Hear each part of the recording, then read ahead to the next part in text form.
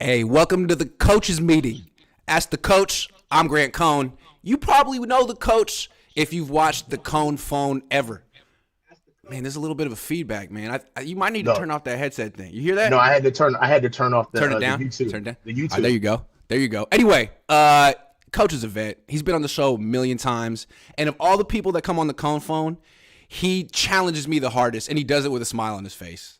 And I would have to say that we're friends. So in that sense, I'm about to bury him on this show. Really nice to have you, man. We're about to disagree on a bunch of stuff. First Yeah, of we are. all, do you think this is Kyle Shanahan's best coaching performance? Without a doubt. I'm not letting you finish. Without a doubt, this is his Okay. best coaching performance of his 6 years with the 49ers. Is there anything else you'd like to ask me before I power drive jump on you? Or Floor is yours. all right, so there's a couple of things that I want to cover. Okay.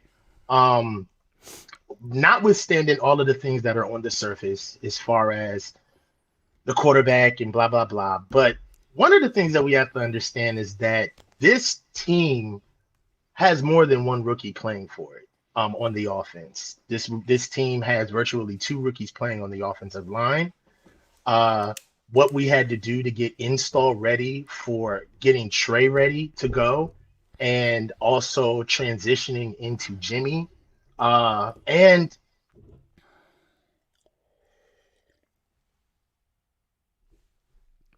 I bet you someone called him.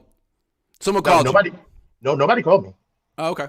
What happened? All right, I don't know. Well, it's all right. Uh, the zero sum of it is where we stand is standing at 11-4.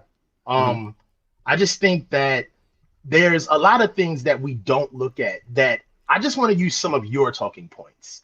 One of the things that you love to bring up is how all of these guys that exodus out of our franchise are somehow the smoking gun, the guy who really is smart enough to get it done. You know, the Mike McDaniels, Okay. the Robert Saleh is the real emotional heartbeat of this team, not Kyle. Okay. D'Amico Okay. Ryans is the real on the ball player. He's the one that actually played. And Mike McDaniels is the real genius. Okay. What do you have to say about the sum of all parts of what our offense has had to do with virtually a new offensive coaching staff? This is a whole new offensive coaching staff. Another thing is that there is a lot of first-time guys on this coaching staff. I mean, it's hilarious how I love Brian Greasy, but you yourself kind of scoffed at his introduction and the interviews that you gave to him of how he categorized his job. I'm just gonna come in, I'm gonna do my best, and he was very humble. He was very lukewarm. And as soon as you start to see an uptick with the quarterbacks, for some reason, the first thing you want to go to is the rookie quarterback coach who's never coached before ever. But Kyle gets no love. He gets no credit for coaching that up. And the number one job of head coaches, Grant, is they coach coaches. That's their job. They coach coaches. And you have going on three once D'Amico Ryans leaves, you're going to have three coaches who not only are going to be head coaches in the NFL, but they don't have long resumes. They're first-time position coaches at their jobs. Robert Saleh was a first-time defensive coordinator. D'Amico Ryans is a first-time defensive coordinator. All right. Mike McDaniels didn't even get a chance to be the OC. He was the run game coordinator. So I understand that it's cool to pick apart the people who get a shining star, but once they get out of the organization, they get head coaching jobs and they get places to go. But who's left on the roster, on the coaching staff, that you're going to give credit for the success of this team? Who's left, Grant? You just attacked me for like 4 minutes before I said a word, man. Whoa. You talk a lot. I give you back super chats. I haven't So said a word today. I, You say Kyle gets no love? I give Kyle no love. Is that true? Under protest. Under protest? Under That's protest, not true. Grant. Under protest. Grant, honestly speaking, you give Kyle love when you are flat-footed and have nowhere else to go. Like, it's almost, this is what I do love about you. You keep your integrity. But when it comes to giving Kyle love, it's like there's no stone left unturned. Where it's like, all right, dude, that's not true at all. He's doing a great job this year, man. Look at me. Listen to me. He's doing a great job this year. Kyle Shanahan doing a great job this year. Can you not put words in my mouth, please?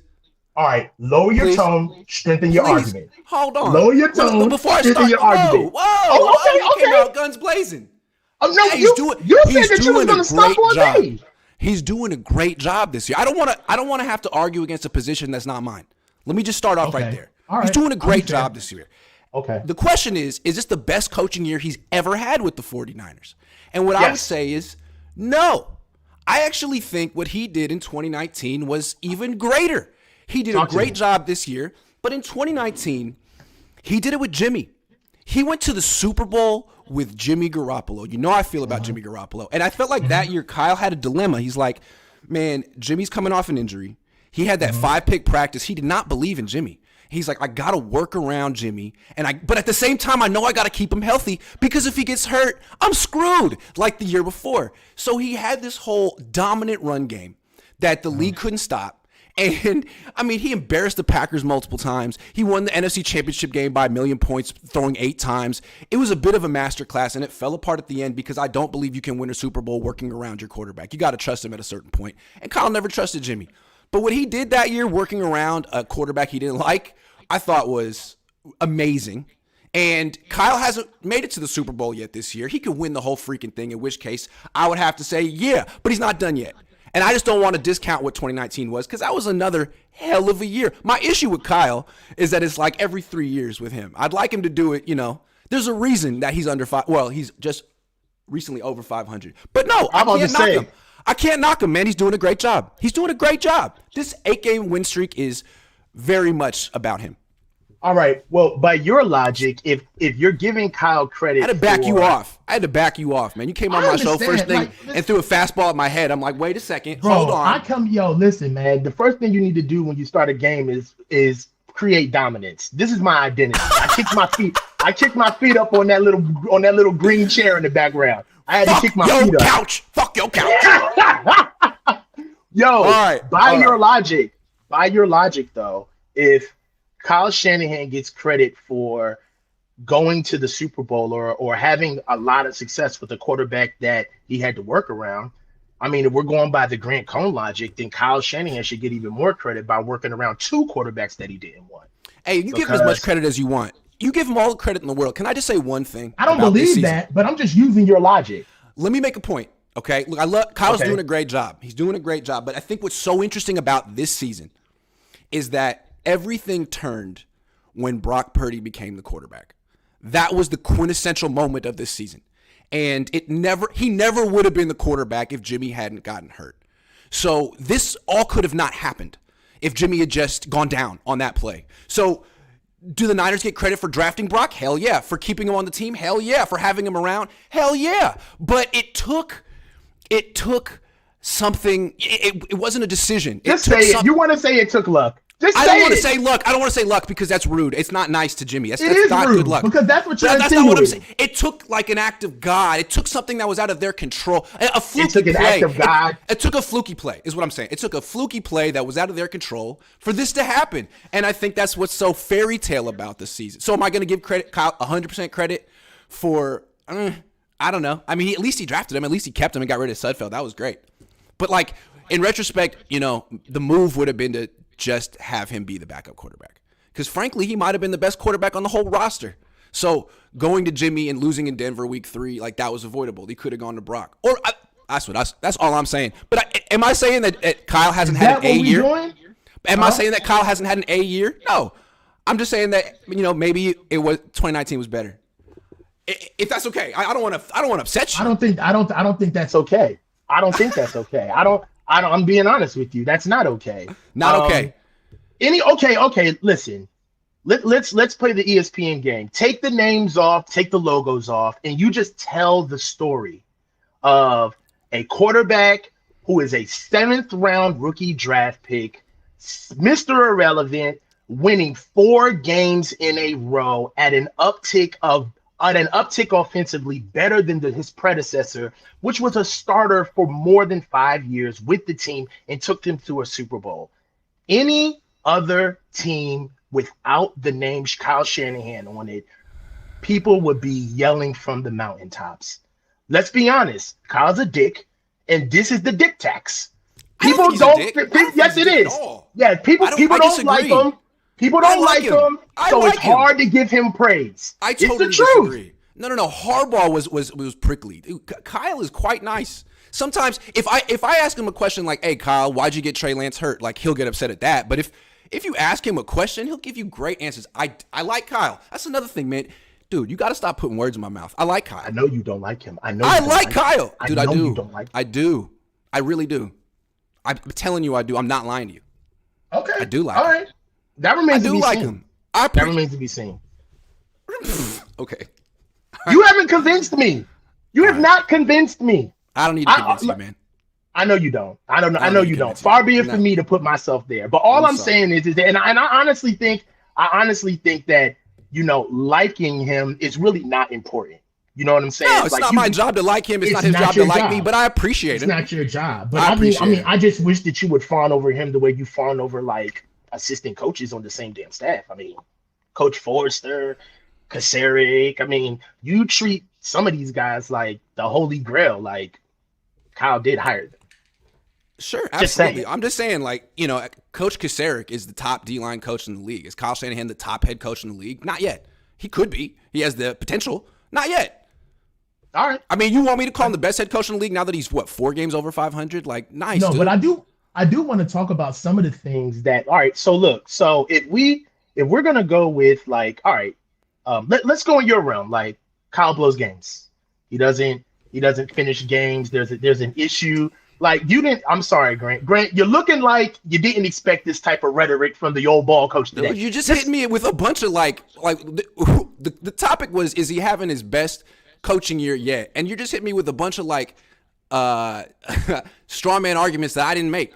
You're like, and you said this. I'm like, nah, I didn't say that. You can't tell me how I feel about certain positions and argue against that. Okay, so that's a straw man. Okay. All right, that's fair.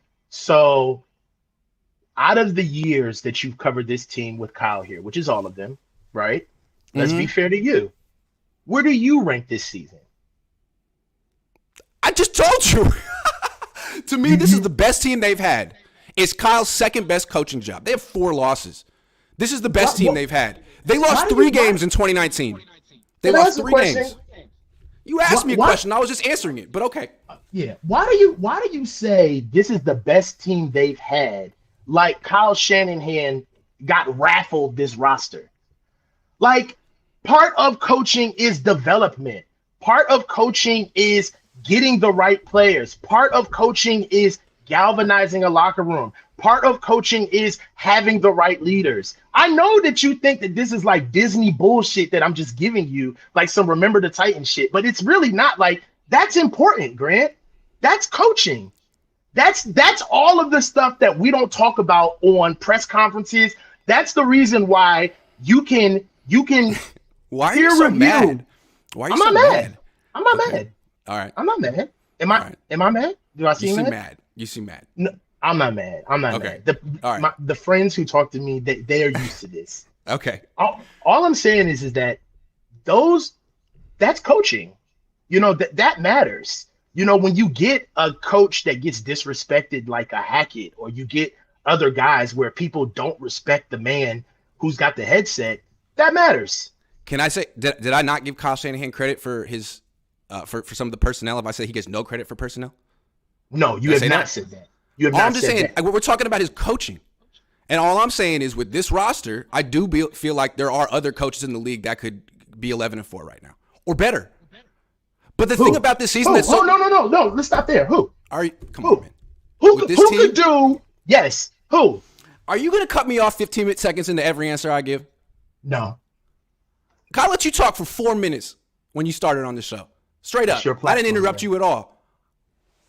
I'm just saying. I think it's fair to say that maybe Nick Sirianni could be 11-4 with this. I mean, it's the best roster in the league. That's all Niner fans tell me. It's the best roster in the league, and yet they have 4 losses. But they came early. They're peaking at the right time. They're on an 8-game winning streak. The season isn't over yet.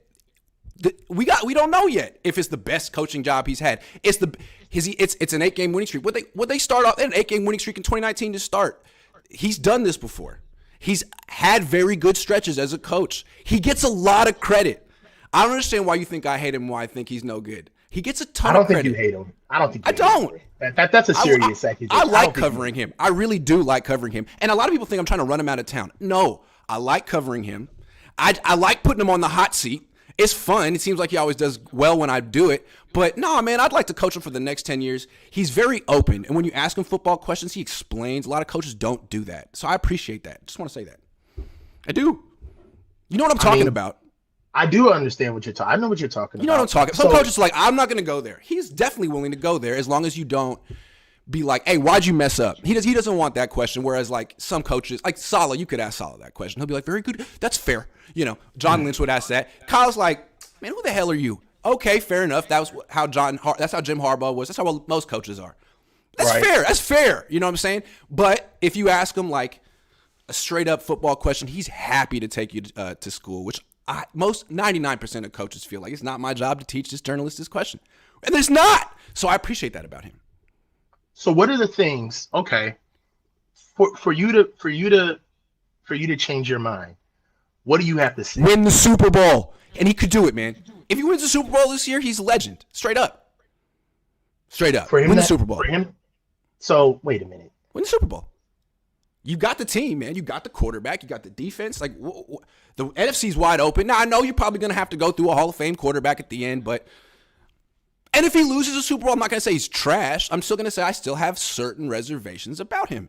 Is that fair? I feel like I have certain reservations about Kyle. Like, no, I feel like that's hedging, though. Honestly, I feel like you're hedging, and Can I tell you why? So I have to say that he's the greatest, no matter what. No, even if he, I feel like you saying that he has to win the Super Bowl in order for you to feel like this is his best coaching year ever. That's not what I said. That's not what I said. I said what does he have to? Go ahead. For me to have no reservations about him and say that he's great, that he would have to win the Super Bowl. I still, because my reservations are, can he seal the deal? He's come close 3 times and didn't do it. So now he's got maybe the best team he's ever had to seal the deal. Because if he doesn't, are we going to talk about like why he, like, well, hold on. Guess not. If they don't win the Super Bowl this year, it's either going to be because he does the thing he does in the fourth quarter of the biggest games of his life, or, you know, Talanoa Hufanga blows the coverage or something like that. I mean, this team is stacked. I'm starting to run out of scenarios where they don't win the Super Bowl, but that's one of them. His kryptonite moment. I don't look at it as a kryptonite moment. I just look at it as a journey of maturity. I hope it is. I think that I like that. We don't give enough credit for being able to watch a team and watch a coach. I mean, and coaches really don't get that. They don't really get that afforded to them. You know, Bill Walsh is known as one of the greatest of all time. But I remember when I don't remember, but I do know the history of Bill Walsh was kind of looked at as like a soft guy, a finesse guy. Right.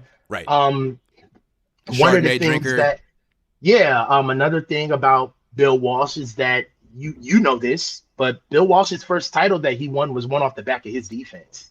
It's true. It wasn't one off the back of his offense. It's true. It's a lot of people don't. That's true. It was a defensive team, and it was that was the Super Bowl that validated him, even though his offense didn't carry that team. That was the Super Bowl that carried him in. So I feel like, and in his second Super Bowl, his defense was even better. I'm just saying, it was even better. You stole my thunder. Sorry. I was just about to say that. Hey, man. So it's just ironic. It's ironic how we look at Bill Walsh as being also, Joe wasn't his first choice. He wanted Sims. They didn't get Sims. And Dave Rosano in the front office was like, hey, man, there's this quarterback at Notre Dame. You might like him. And Walsh was like, nah, man, I want it. I'm just saying, I wrote down it's all very of similar. these notes for nothing. I'm sorry. So I wrote down all. Yeah. It's true. Hey, man, I'm dying to give Kyle Shanahan his flowers. Yes, Dying to. so it's dying kind of to. like Happy to. So everybody, everybody wants to give. Like we have revisionist history because history is best told without gaps in it. But Bill Walsh didn't want Joe Montana. He had to be coaxed into Joe Montana. When Bill Walsh won his first 2 rings, his defenses were nasty and they were noticeably better than his offenses. That's facts. So I feel like a lot of times people want things to kind of come a certain way. Like we kind of got hung up on what Atlanta did offensively with Kyle Shanahan, but it's really hard to think that seasons are succinct. They're not. They're in a vacuum. They literally are one point in time to the next. That's it. And I understand that they're the same players and that they carry over from year to year, but the team is not the same. Okay? And every year you have to do it. That's why Kyle Shanahan calls the playoffs what? A tournament. It's a tournament. It's one iteration off a team. I thought you would have known that. You and your dad. Pop quizzing me, man. Yeah, but he calls it a tournament because it's their way of coaches where they look at a one team literally as that's it. This is it in a vacuum, which leads me to my whole Brock Purdy winning the Super Bowl. He's automatically the starter argument. Hold on. Whoa. Let's break this up into proper segments real quick. We got 28 minutes left in the show. Then I got to jump on Larry's channel because I double booked. But real quick, let's answer some questions. Glory says 2 fluky plays got Brock on the field, and that's kind of what's makes this season a fairy tale. Grant is not a Niners fan. LOL. Never said true. You were. If Kyle wins the Super Bowl, it's the best coaching year he's had. Hell yeah, dude. And it feels a lot like the Dick Vermeil coaching year from '99. It's just they got Kurt Warner on the field a little late, but hey, it's working. All right, next topic. How do you perceive Brock Purdy and Kyle Shanahan's relationship? Fresh. They're in the honeymoon stage for sure. Yep. Is it chemistry like love at first sight? You know what I'm saying?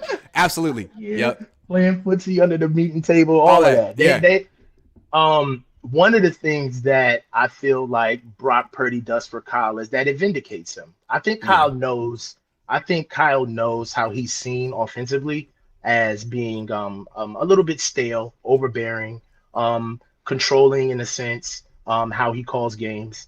And I think that Brock Purdy is almost a vindication to Kyle putting a lot of good football on the field. I think that watching Jimmy, the frustration with Jimmy isn't the physical traits. I'd take Jimmy's skill set. I would. Quick feet. He has a quick release. He's got a good ball. Jimmy is very accurate intermediate thrower, likable leader, all of that stuff. But Jimmy doesn't process. He does not see the field. And I'm not talking about see the field from a standpoint of seeing the open man, but I'm talking about seeing the field from a standpoint of longitude and latitude, east and west, and being able to understand reads. So one of the things that I know that Kyle Shanahan does is that he never creates a play without options off of it. And it's almost disrespectful to say that a play has one option to a play caller. To somebody who really takes that as a skill, it's almost a smack in the face to it's like telling a carpenter that he has a bad foundation. He has shoddy work. It's like, well, wait a minute. And with that, a lot of times when you could look at how Jimmy operated the offense, it can seem really one read. It can seem anemic. And I feel like Brock is actually looking at everybody. I feel like there's another point that you made that actually piggybacks on this is that Brock has actually had to tell people to finish routes. He's actually had to tell people to actually run routes hard because – go ahead. One more thing. Someone said, I forget who said it. I think it was Ray. If you're on the backside of the play, you got to run your routes because you might get the ball. If Jimmy was a quarterback, that wasn't the case. Sorry to interrupt you. Keep going. It's not the case. Yeah, that's not the case at all. But that's a big distinction. That's a huge distinction. That is a huge distinction. Not only is that a huge distinction, but something else that Kyle said in the media is that he said you don't have to call. The difference between calling plays with Brock is that you don't have to call plays with a play in mind. You can just call the play with the right concept in mind, knowing that not only am I going in, and that speaks to a conversation. You know, you can't really have a conversation through words as much as you want to. There's a lot of stuff that you got to get through the headset, but there is a conversation where you can speak through football of giving somebody something where I don't think Jimmy has gotten a play and understood what Kyle is trying to do next. Mm-hmm. I think that Jimmy is like a fish, like a 30-second memory. Like, this is the play. This is who I'm trying to get open right now. On to the next. Yeah. I see Brock, and that's a lot for Brock. And Brock is a great processor, but he's not a phenomenal processor. He's just better than Jimmy. Yeah. Yeah. All right. Let me tell you what I see with this relationship. To me, Brock is exactly what Kyle wants in a quarterback. In terms of not necessarily the skill set, but the demeanor and like the personality. He's a grinder. He's not necessarily a pretty boy, although I'm not saying he's ugly or anything, but he's not necessarily like, it doesn't seem like celebrity status is what he's after. He seems like he's really into football and he's kind of like nerdy about it because that's Kyle. That's Kyle, right?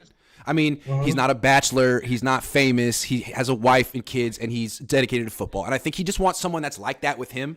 And Jimmy, not like that. I mean, Jimmy's a bit of a pretty boy. As soon as he got money, he was out and doing stuff. Even Trey was like, as soon as he got money and some status, is like, man, what are you doing, man?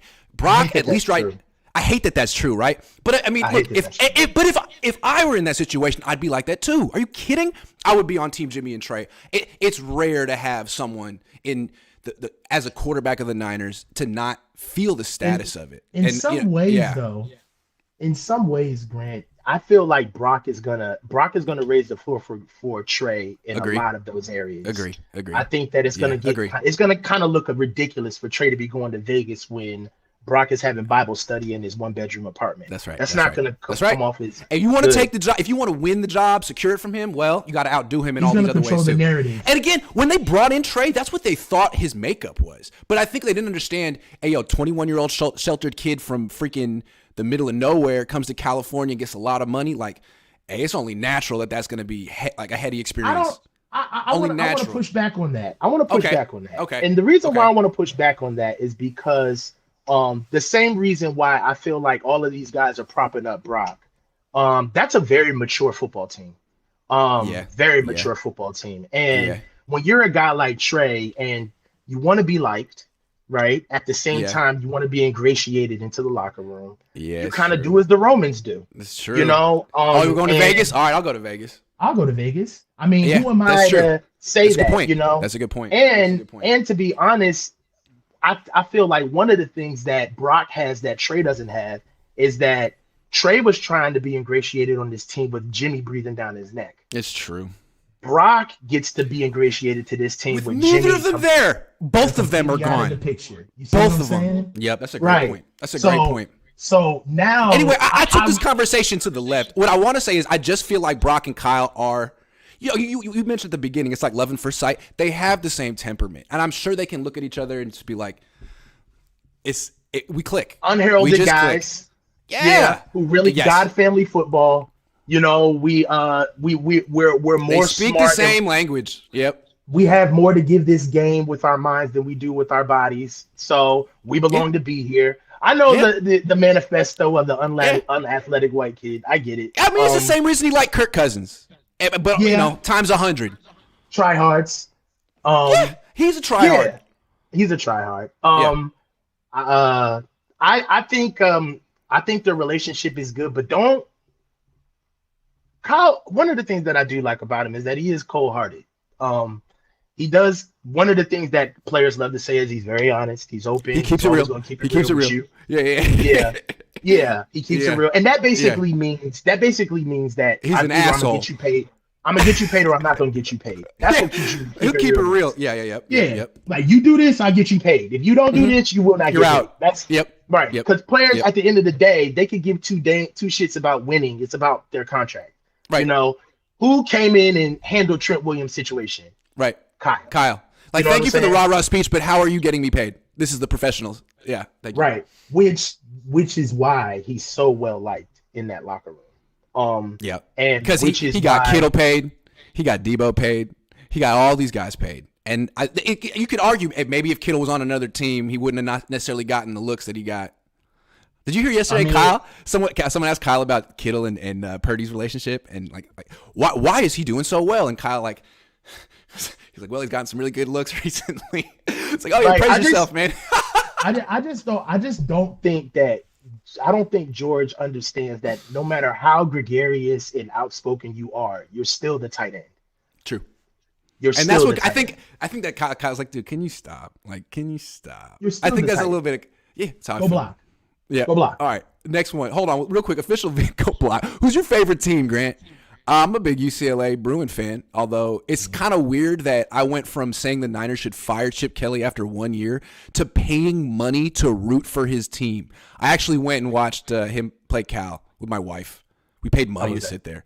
It was a great time. I like going to Cal games. That stadium up in Berkeley is I like that freaking QB. nice. Who? DTR? Yep. Me too. I think the Niners should draft him if he's around in round 7. Why not?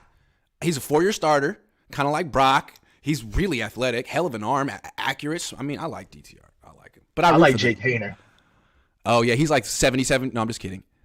Will Brock Purdy be named the starting quarterback if he wins the Super Bowl? No. Why? Well, how's this going to work? It's a delicate situation. No, it's not. I think that, first of all, the Niners have shown us that they don't even get down like this. They don't handle business like this. They just won't say all offseason, right? What do you? Yeah. What? Yeah, this is right. Like that's. I mean, if they held on to Jimmy this long without saying a word, like, come on, no. I also believe that the investment in Trey and what they're doing for Trey is for the long haul, and I'm gonna tell you why. There's a reason why I believe, and this is just an opinion, that the players like Brock so much is that he's Jimmy 2.0. I think that he's more athletic. He processes the ball much faster and he gets the ball out. But also what he is he's younger and he's cheap. And he runs that offense. Trey, you have to install the zone read and 11-on-11 football. And with Brock, you just run the same offense. Yeah, and with Brock being cheap, that means that everybody else gets paid. Right. I also believe that with Brock kind of being like, the tag along, so to speak, and the distributor, that leaves just enough room for everybody to have enough cachet for people to negotiate and to, really put their foothold on this team. Trey Lance is a representation of him being the main guy. You can't be George Kittle talking about how great of a game you had with Trey Lance having that day. Yeah. You know what I'm saying? Like, everybody is looking for Trey Lance to actually carry the team forward into what we want to do, because I feel like we like Brock because we're comparing him to Jimmy, because Brock is better than Jimmy. Right. And when you compare Brock to Jimmy, instantly. How could you not like him? With Trey, it was like, he'll be better than Jimmy, but he's going to need to play for a little while because he doesn't have experience. And it's like, and the team was not willing to take that one step back to take a few steps forward. And that's fair. I mean, it's a veteran team. I get it. And that's why when they made the trade for Trey, even though I like him very much and I believe that he can reach his potential, I always felt that it was an awkward fit with the Niners. It's 2 timelines. Kind of like the Warriors. It's 2 timelines. You got a team that's ready to go and a player who needs, like, growing pains. Like, this locker room isn't going to accept his growing pains. And the great thing about Brock is he has none so far. None. Well, this is the thing. Like, I feel like 4 games is really foolish. Even 6 more games is really foolish to make a decision on who your starter is when you have that much invested. It's true. Because one of the things is that I hate to put a wet towel on this, but context, Grant. I mean, what if we win the Super Bowl? How do we win the Super Bowl? That's a good point. What happens? That's why these hypotheticals are so hard, man. They're so freaking hard. But let me just ask you this. Let's say he wins this. Let's do it hypothetical. Let's just say he wins the Super Bowl and plays well enough and isn't a huge liability. How do you put Trey Lance back as a starter and be like, you know what, Brock, thank you very much. We're sticking with Trey as our starter, and you're still here. You'll be our backup, and you'll get another chance in the future. That'd be a tough sell to the locker room. It'd be a tough sell. No. So how do you handle I it? don't- Do you have a competition or just give it back to Trey? No, I think no. Well, at the end of the day, the latest tape is the most important tape. Okay. So if he Whoever goes plays to better the- whoever plays better in camp yeah, if Brock Purdy goes to the Super Bowl, there and has lights to be it a up. quarterback competition. What if he's a There's Super gotta Bowl be. MVP? What if he's freaking Kurt Warner, man? Because so far, I mean, his numbers are nice. His numbers are better than Jimmy's. Yeah, I mean, They're better than Jimmy's. They are. All right. They That's what we can say. We can't. We didn't get True. Trey for better than Jimmy. That's not True. not what That's a we're good here point. for. That's a good point. And- You got Trey for Josh Allen, right? Josh Allen. Well, no, I think we Essentially. got Trey. I mean, if you look at our for that team, kind of upside. our team is unusually loaded. You can't Yeah. expect to have a team like that year in and year out. No. That's and because of that, when that money starts shifting, I hate to put it to people, but we're not going to find another Trent Williams when it's time for him to go. Right. That's a rare player. Also, You know what I'm Nick saying? Bosa's about to get like 4 times more expensive. You Come know? on. He's You like the know- biggest bargain in the league right now. And because of that, you would be smart to start getting to start supplanting that money in other places, like a quarterback who's way better than what you're working with. Like Yeah. Brock Purdy works now, but if what Brock Purdy is giving you right now is what you can sell the farm on, then we're in trouble because we're not going to have the number one defense every year. Mhm. We're not going to have just loaded players at every time. It's not going to go down that way all the Right. time. That's not football. You know, right now, Brock Purdy's great in a vacuum for Right. what we have. And I know that's very hard to not look ahead, but I'm just happy with the development that we've done right now. And to be honest with you, we have to scout Brock Purdy for what he's doing right now, because if we scouted Brock Purdy for being a starter, then we don't even draft Brock Purdy. We got Brock Purdy based off of his skill set, and it just so happened that his skill set's working out. What he reminds me of a lot, I compared him to Kurt Warner. He has nothing in common with Kurt Warner physically. He actually reminds me a lot of Russell Wilson. He's not as quick as Russell Wilson was. He doesn't have as strong of an arm as Russell Wilson, but the way he slid into a team that was ready to go. It just didn't have the quarterback, and the defense was great. The running game was great, and he was the missing. It's like he didn't carry Seattle, Russell Wilson, but you put him on that team when he's making like $900K. It's like, oh well, there you go. This guy is the missing piece, and they're tough to beat now. I feel like Purdy's the same way. He's making plays, he's extending plays, he's getting the ball down the field a little, not like Russell Wilson used to do, but it's kind of this. So, do you want to give Brock Purdy $50 million a year in the future? I don't know about that, but if he's making what he's making now, you can put your money into everything else. You can have this team for a few more years. That's why this Brock Purdy window, theoretically, is so intriguing. But at the same time, Trey's cheap too. So you can have this team with. I think you need 2 quarterbacks now. Coach, do you think you need 2 quarterbacks now? No, I heard that before. I think that's You need ridiculous. 2. Ridiculous. I think Damn. We can't find because- anything we agree about today. we're never gonna. I'm just That's all right. no. I don't think that you need 2 quarterbacks because I think you develop for what your team needs. You know, Brock Purdy wasn't developed with being like in a 2 quarterback system. No, that's not Purdy what I was- meant. That's not what I Yeah, meant. Not a 2 but when quarterback you say system. if you need 2 quarterbacks, that's what I think. A guy who you actually are counting on to start some games that year because Well, that's quarterbacks what a seem to get backup hurt more and is. more. Yeah, it's true. That's what a backup But a guy, is. it's true. I guess so. Yeah, right. Like, Yeah, but I guess. But there's like 2 classes of backups. There's the C.J. Beathard, Nick Mullins backup, where it's like it almost feels like you're tanking, okay. and then there's the like really gifted backup who you're semi-invested in. I guess that's the difference because it almost felt like C.J. Beathard and Nick Mullins were the human tanks, and it's well, like I think kind of like C.J. Beathard and Nick Mullins are the bad side of what you want out of a backup. You know, right? So I good think numbers, like, lots of losses. Yeah, like I think like a very strong guy who had like starter. You know who DTR, Brock Purdy DTR. kind of reminds me of? Who? Honestly, Chase McDaniels. I'm Chase Daniel, not McDaniel. Chase Daniel? Chase Daniel. Okay. Yeah. When Chase Daniel was with Mizzou, he had the same kind of body type. I think Chase Daniel has a stronger arm than Brock Purdy, but very smart, very heady, knows where to go with the ball. Just he doesn't pop. he's gonna get hurt. He's That's true. he's I was a gonna say spare Gardner tire. Minshew. I was gonna say Gardner Minshew. Gardner Minshew's not as. Brock Purdy's not as good as Gardner Minshew.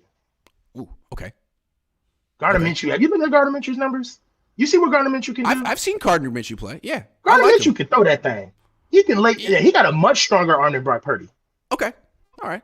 You know what I'm saying? Listen, They might hit each other in the playoffs. I know that the chat is probably killing me for that, but I'm interested in what Brock can do game by game. I understand that Brock was ready for his opportunity, and I'm rooting for him. If he ends up being our guy, you won't hear anything. But to my out of me. point, though, all I'm saying is you like Minshew, okay? I like Jalen Hurts. Eagles have two quarterbacks that they can feel confident about. That like, hey, we have a great team, and everything's not going to fall apart if we got this guy on the field. The Niners need to feel that way, and I think that's great that they have Trey Lance, and I would even say, hey, bring in DTR if you can too. Like, the more the merrier, because frankly, you're on your third quarterback this year. Be honest about yourself. Yeah, but that's kind of a freak I situation. know stuff happens in football. Football, but that's all the more reason. I'll give you this. The Niners were ready. They were ready. And Yep. when you coach your team, not just for the guys that are going to be on the field, but from the top to the very bottom, this is what you can be prepared for going through a season. It's a journey, and you got to ride through it. And just so happens that we got called on our third guy, and he was ready. And to be honest with you, I'm not gonna go conspiracy theory, but it's no mistake that he was scouted throughout his whole career and then trained at the QB Collective, which is owned by Richmond Flowers and ran by Mike Shanahan and Kyle Shanahan. That's right. He put on that extra 5 miles per hour on his arm and fixed out some of his mechanics at Kyle Shanahan's camp. That's not to be missed. Yeah. That's good coaching. We got to wrap up this show, but I want to bring it back to the beginning. We had a very rousing debate. It was one of the best debates on my channel ever about Kyle Shanahan's legacy. And I'm saying, look, I still have reservations. But what I also said is if he wins the Super Bowl, he's a legend. Think about it. This is the most interesting season I've ever covered. If he wins the Super Bowl and like one day I have kids and they're 15, 20 and they're like, hey, Dad, what was the 2022 Niners like? I mean, where it starts and ends with Kyle's the first coach ever who won a Super Bowl with a rookie quarterback. Let me tell you a story about Brock Purdy. That's it. That's the story of Kyle Shanahan. That's where his legend starts. No one's going to give a shit about Atlanta or the Kansas City Chiefs Super Bowl. It's where his legacy starts. This is huge for him. So I'm not trying to downplay this season at all. This is the most remarkable season I've ever covered, and frankly, I hope it doesn't end anytime soon. I'm really enjoying it. And I've been talking about this with my dad. I want to cover a champion. I never have. He covered 5. Yeah. I've covered Fugazis. Things that look close to it but weren't, and I would love to. Are you Kyle's Greg Cosell? I'd love to be. Absolutely. Are you Kyle's Greg Cosell? Hell yeah, absolutely. So that one day I hope, when he's got 4 or 5 championships and he's 65 and I'm 55 and I run into him at the owners meetings, we can toast to each other and say, hey man, I covered you. He's growing. You were tough. He's growing. You were tough. The fourth. What did you say? You called it a process of maturity. Like he's maturing. That was it. He's got to mature. You know what I'm saying? I do feel like Brock is bringing out the best in him, which is nice. Yeah. You know how Andy Reid looks at Mahomes and has total trust in him? It feels like Kyle looks at Purdy, not like that, but at least with that level of trust right now. Now, Purdy could throw 1 pick in the first playoff game and it could all go away. I don't know where Kyle's coming from, but right now, it works. It works. I mean, it does work, and it works. And to be honest with you, like even without Trey, like I have to be honest, it is good to see Kyle just call his offense. Yep. There is a difference. It's been a while. It feels like it's been since Atlanta. Mark says the smart thing to do is have a quarterback comp going into next year, regardless of results. This year, both quarterbacks will grow dramatically. I agree. I agree with that. Official Vito says, you speaking of Cal, got a friend that goes to Cal. His name is Ashton Hayes. He'll be good in the league one day. Running back. CMC type vibes now for me. Hey, shout out Ashton Hayes. I'll go look. Joshua Wyatt says Brock's numbers are not better than Jimmy. Both have 4 games with CMC. In those games, Brock has been slightly less efficient than Jimmy. If you like Trey over Jimmy Garoppolo, you gotta like him over BP. One thing about BP though is the touchdown percentage is higher, and I mean the mobility is something you can see with your eyes. So those are two things. It completely The ability to changes. get And play action. And play action. and the ability to get the ball down the field outside the numbers. Yeah. Ryan Hensley, thank you so much. Jorge says, how good would the defense be if had JVEM and dude? That's what's crazy about. Plus Kinlaw. I mean, Armstead hasn't been there all year. It's crazy. Yeah. Spent about 10 minutes looking for the link until I figured out, Coach, is your new guest and not the Cohn phone. Split this $10 with Coach and buy a beer for you both. Happy holidays, go Niners. Thanks, everyone. This was a hell of a show. Coach, you brought it, man. Thanks, good man. stuff. Thank you, bro. If you want to see me, I'm going over to Larry Kruger's channel in 5 minutes.